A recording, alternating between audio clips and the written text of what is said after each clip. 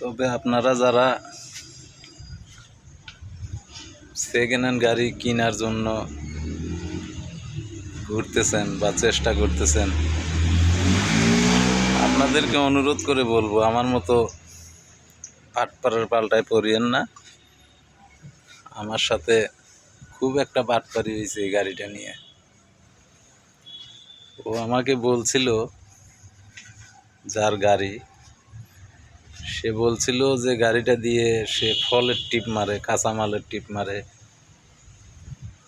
তে আমি মনে করছিলাম যে যেহেতু কাঁচামালের টিপ মারে, ফলের টিপ মারে, এই সমস্ত গাড়ির সবসময় থাকে কারেন্ট, মানে সব কিছু ওকে থাকে, এইসব গাড়ির কাজ হওয়ার কথা না।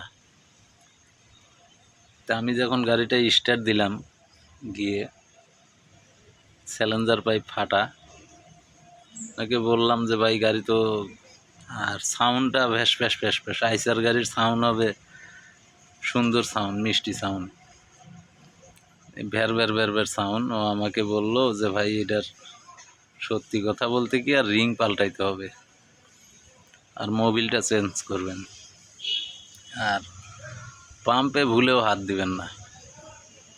তো আমি ভাই তার কথা বিশ্বাস করে আমি গাড়িটা যখন নিয়ে আসি খুলনা থেকে, খুলনার লোক যে এত বাটপার হয়,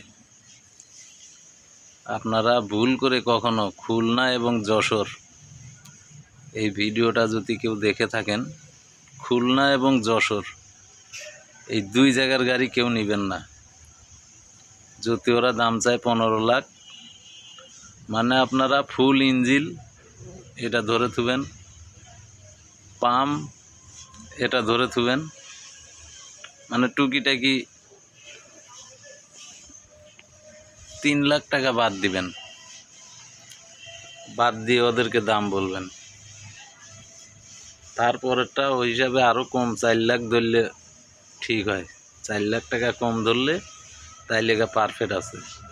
ওরা ভাই ফুল চিটার, ওদের কথা কেউ যদি বিশ্বাস করে এবং ওদের কথার যদি কেউ ফান্দে পড়ে, আর জীবন ধ্বংস।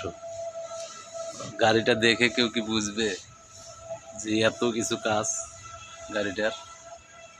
আমার মনে হয় খালি আমি কেবিনটা আর বডিটা কিনছি, আমি কেবিন আর বডিটা কিনছি, আর ওই চাক্কা কয়টা কিনছি, তাছাড়া ফুল জিনিস গাড়ির বাদ।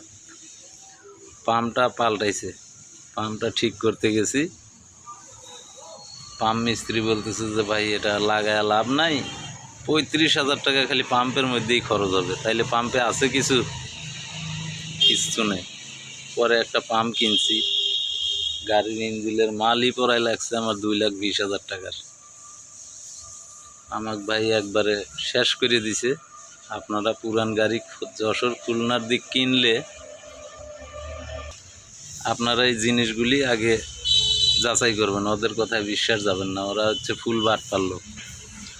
ওদের কথা শুনলে আব্বু আব্বু আব্বা, মানে ওর বেটির ভাতার কইলেও ওদের দ্বিধাবোধ লাগে না, কানকির পোলারা এত খারাপ। ওরা টাকার জন্য মনে হয় ওদের বেটিকেও বিক্রি করে দিবে, মানুষে বলে আব্বু আব্বা। এত ছোট লোকের কাছ থেকে আমি গাড়িটা কিনছি, আমি ওকে অভিশাপ দিলাম, এই গাড়িটা ও যে উদ্দেশ্যে বিক্রি করছে, ওই উদ্দেশ্য যেন জীবনে আর পূর্ণ না হয়।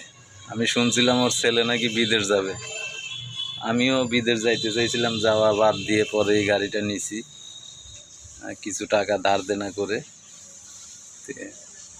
আমি ওকে ফোন দিয়ে বলছিলাম যে তোর বেটা বিদেশ যাবে, ওই উদ্দেশ্যে গাড়িটা বেচছিস, তোর বেটা নাইজেরিয়া জঙ্গলে আটকায় থুবে, তুই গোয়ায় বাড়ি দিয়ে এই টাকা তোরটে নিবে। আমি তোকে অভিশাপ দিলাম। তবে দোয়া করবেন আমার জন্য, দেখি আর হয়তো এই সপ্তাহের মধ্যে গাড়িটা আমার উঠবে, উঠে দেখি কপালে কি আছে। এই পরিস্থিতি আপনারা জানেন যে আমি গাজীপুরে চাকরি করছি দীর্ঘদিন, তবে বিপদে পড়লে যে মানুষ চিনা যায়, এটা আমি গাড়িটা নিয়ে বসছি, একদম হারে হারে বসছি। গাড়িটা নিয়ে যখন শর্টে পড়ি, আর একদিন একটা ফুল ভিডিও দিব, একটু টানাটুনার মধ্যে আছি, যেহেতু আমার টার্গেট ছিল, যেই অনুসারে আমার একটা টার্গেট ছিল তার ওভার হয়ে গেছে, অনেক বেশি পড়ে গেছে। উপরে আল্লাহ আছে, দেখি, আমার জন্য দোয়া করবেন, আমি যেন গাড়িটা নিয়ে রাস্তায় বাইর হইতে পারি, আর আমি যেন চলতে পারি।